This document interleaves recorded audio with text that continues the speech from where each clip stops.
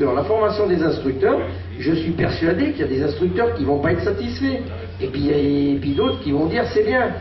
Et voilà, par exemple, nous, honnêtement, d'abord la formation, c'est vrai que les pilotes, les accidents, tu viens de le dire, c'est lié à la formation.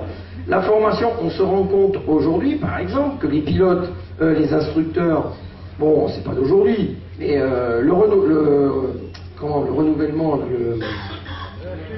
la réactualisation au bout de 2 ans, bon, ok, ça peut être 200 €, je passe une demi-journée et puis je m'en vais et je recommence. Bon, est-ce qu'on est bon? Moi, je prends mon exemple précis. Ça fait 15 ans ou 10 ans que je suis instructeur.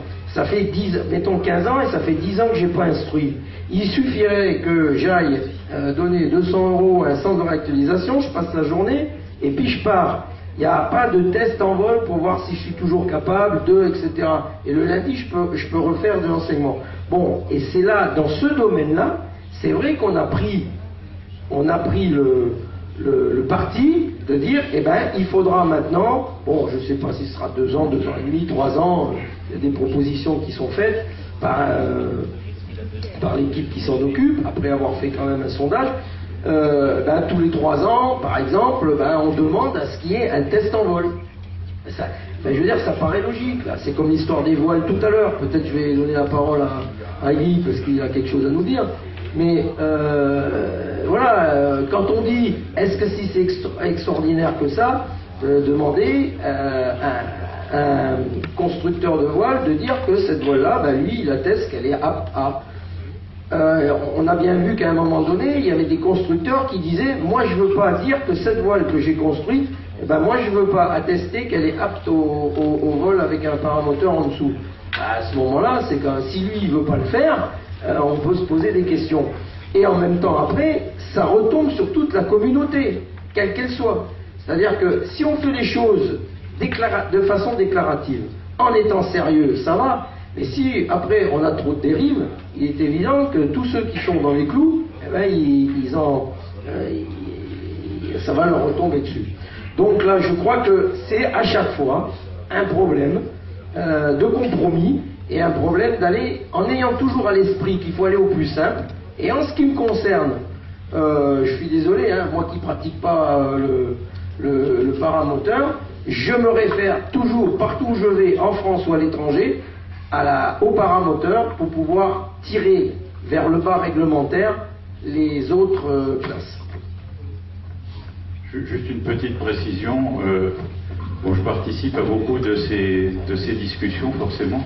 Et il y a des gens qui ont l'impression, ils m'ont donné l'impression qu'ils pensaient que la plupart de ces évolutions que nous évoquons sont des initiatives de la FFPLUM. Donc, il faut savoir que quand même, une grande majorité des évolutions réglementaires, qui peuvent être vues par des durcissements pour certains, comme des durcissements pour certains, procèdent d'une initiative de l'administration en réaction à des événements au départ. Et donc on est plus, ou alors à des initiatives régulatrices françaises ou européennes, mais la Fédération française du LM ne réfléchit pas quant à elle à la complexification de la réglementation. Non, mais là je réagis parce que c'est exactement l'inverse. C'est exactement l'inverse. Ça, je pense qu'on ne peut pas me reprocher ça, et l'administration ne peut pas me le dire non plus. Moi, mon but, c'est en permanence que la réglementation soit la plus légère possible. Voilà. Ça, il faut bien que ce soit dans la tête à tout le monde, et que jamais on est volontaire, jamais on est allé à une réunion, que ce soit Joël, que ce soit Thierry, on n'est jamais allé dans une réunion au contraire pour dire qu'il faut complexifier. On a lutté contre des emports d'appareils, même les balises. On a dit attendez, laissez-nous choisir si on emporte des balises. On voulait nous imposer des balises, alors qu'on peut très bien dire c'est bien la valise. Bien sûr que c'est bien la valise. Le fait d'avoir une balise, c'est très bien. On ne peut pas dire non plus que c'est pas bien. Mais on s'est battu pour qu'on ne nous l'impose pas, alors que c'était dans les textes.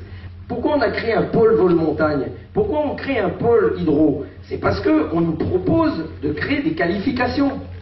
On n'en veut pas des qualifications. Je peux vous assurer, l'hélico ULM, quand j'avais promis que ce serait la réglementation ULM pure et dure, c'est ce qu'on a obtenu. Et pourtant, Thierry est au courant, on nous a proposé des qualifs de site, des qualifs de montagne, des qualifs d'appareils, de type, etc.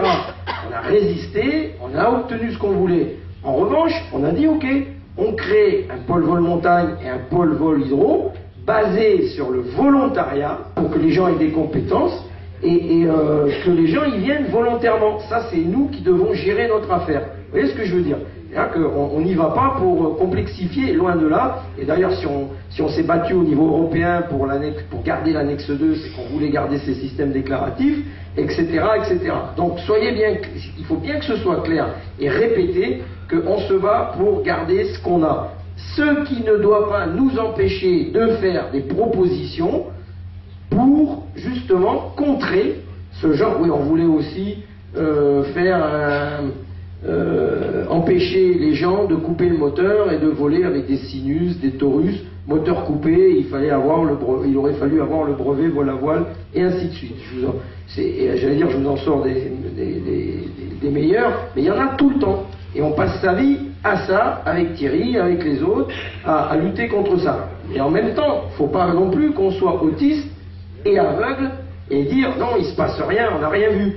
C'est vrai que ce problème, reconnaissez avec moi que ce problème des instructeurs, il faut qu'on l'améliore. D'abord, en revenant à nos bases, et ça, comme je l'ai dit, sur l'enseignement de l'ULM tel qu'il est, avec la panne moteur, etc., etc., mais en même temps, l'évolution. On n'empêchera pas l'évolution, et l'évolution, c'est, au début, les instructeurs, il n'y avait pas de nav.